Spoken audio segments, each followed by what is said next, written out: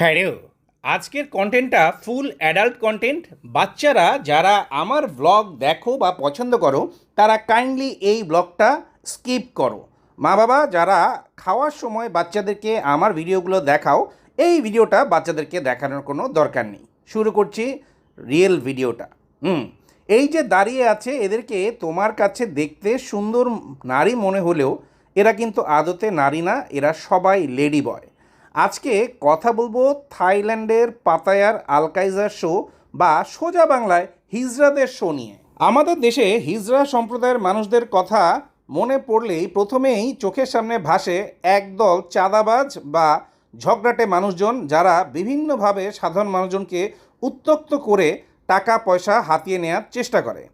তো হিজড়ারাও মানুষ, তাদেরও খেতে হবে, চলতে হবে, পড়তে হবে। আমাদের দেশে সরকার যদিও তাদেরকে রিহ্যাবিলিটেশন করার তেমন কোনো সুযোগ রেখেছে কিনা আমার সঠিক জানা নেই, কিন্তু এই থাইল্যান্ড সরকারে যেহেতু ওদের লেডি বয় বা হিজড়া সম্প্রদায় একটা বিশাল অংশ জুড়ে আছে, তাই তাদের জন্য কিন্তু সরকারি লেভেল থেকেই যথেষ্ট পরিমাণের পৃষ্ঠপোষকতা করা হয়। এবং এই পৃষ্ঠপোষকতায় এই হিজড়ারা কি করতে পারে একবার চিন্তা করে দেখো। এই আলকাইজার শো হচ্ছে একটা mainly dance performance live show, যেখানে আমরা পাতায়াতে গিয়েছিলাম। এখানে যেই প্রথমে তোমাকে টিকিট কাটতে হবে, এই সামনে স্টেজ, সামনের এই সিটগুলো হচ্ছে খুবই এক্সপেন্সিভ এবং স্টেপ বাই স্টেপ হচ্ছে গিয়ে তুমি যত পিছনের দিকে বসবে বা দোতলায় বসবে তত তোমার খরচ কম হবে। এখানে 1200 বাথ মানে হচ্ছে আমাদের দেশে প্রায় 4800 টাকা, মানে 5000 টাকা একটা টিকিট। এই শোটা এই শুরু হলো। তোমরা স্টার্টিংয়ের শোটা একটুখানি দেখো আগে।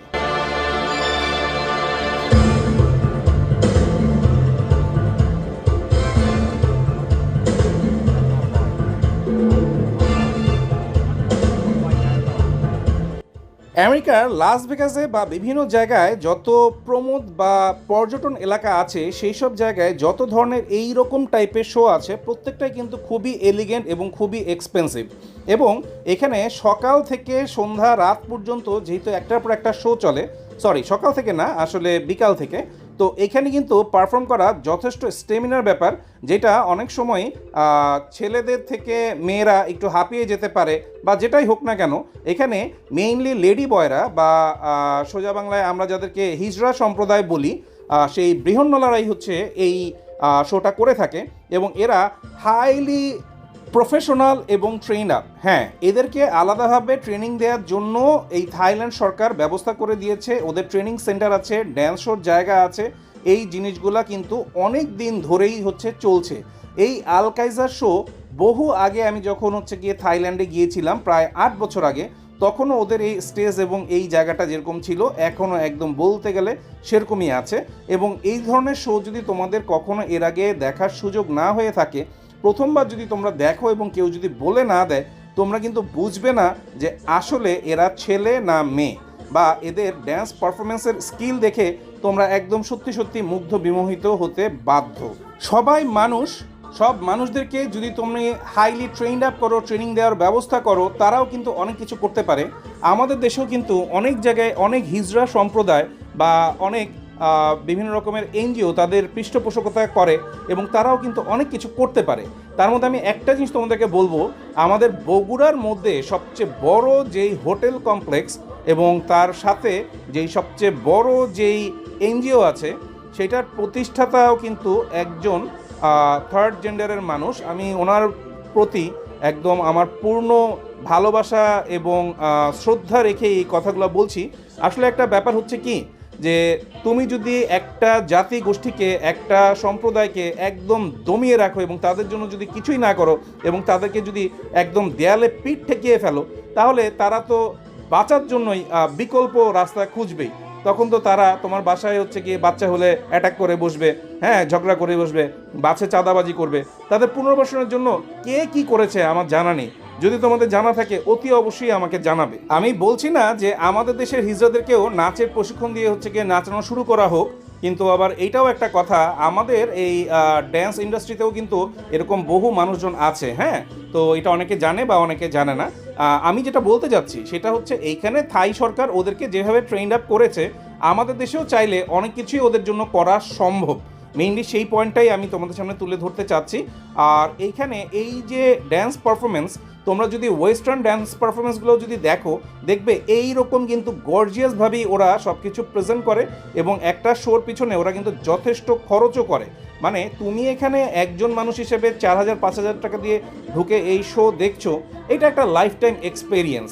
এবং এই শোটা 1 ঘন্টার একটা শোয়ের মধ্যে ওরা ওদের স্টেজটাকে কীভাবে সাজিয়েছে, যারা নর্মালি স্টেজ পারফর্ম সম্পর্কে জানে, আর মঞ্চটা তো এখন অনেকে আমরা দেখি না, ভুলেই গেছি, তারা বুঝতে পারবে যে এই জিনিসটা করাটা, অ্যারেঞ্জ করাটা কতটা কষ্টের, কতটা কঠিন।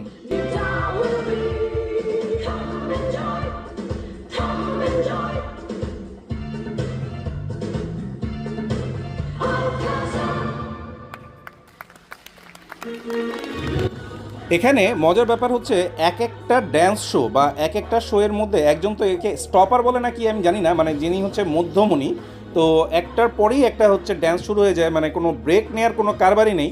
পুরা শোটা একদম ফার্স্ট টু লাস্ট, মানে তুমি একদম একই ইয়েতে মুগ্ধ বিমোহিত হয়ে দেখবে। ওই যে ওইখান থেকে যে পর্দাটা নেমে আসছে, এই পর্দাটা নেমে আসছে হচ্ছে পিছনের স্টেজটা আসলে মেইনলি ঠিক করার জন্য, কিন্তু ওইটা যে ঠিকঠাক করতে যেই সময় লাগবে বা এটা গোছাতে যেই সময় লাগবে, সেই সময়ের মধ্যেও এখানে কিন্তু পারফরমেন্স কিন্তু থেমে থাকবে না, পারফরমেন্স একই ধারায় চলতে থাকবে।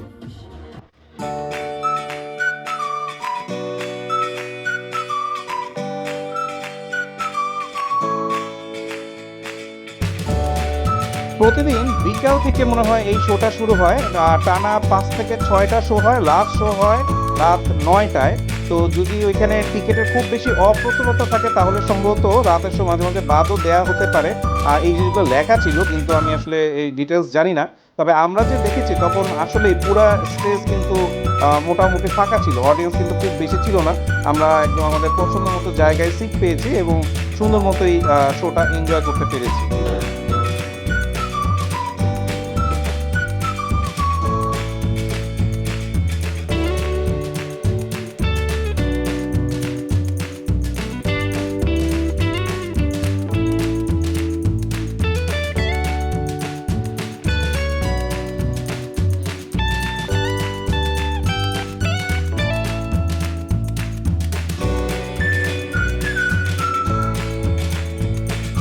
তবে একটা ব্যাপার বলতেই হয়, আমি প্রায় 8 বছর আগে যে আল কায়সার শো দেখেছি আর এখন যে দেখছি, এই দুটার মধ্যে না খুব বেশি পার্থক্য নেই।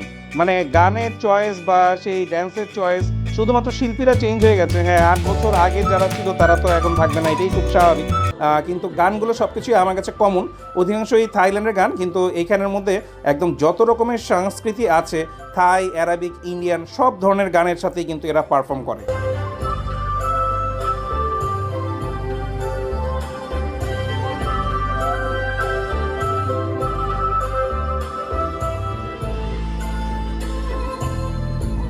এই শোটাতে মূলত থাইল্যান্ডের একদম আদি সময়, মানে ওই রূপকথার গল্প বলতে যেটা আমরা বুঝি বা ঠাকুরমারা ঝুলি যেই আমলে চলতো, ওই সময় মানে একদম এনশিয়েন্ট থাইল্যান্ডের যেই সংস্কৃতি ছিল, সেই সাংস্কৃতিক কালচার, মানে সেই দেব দেবী বা সেই রকম যেই জিনিসগুলো ছিল, সেই সংস্কৃতির যেই অংশগুলা, সেগুলোই ওরা ফুটিয়ে তোলার চেষ্টা করেছে।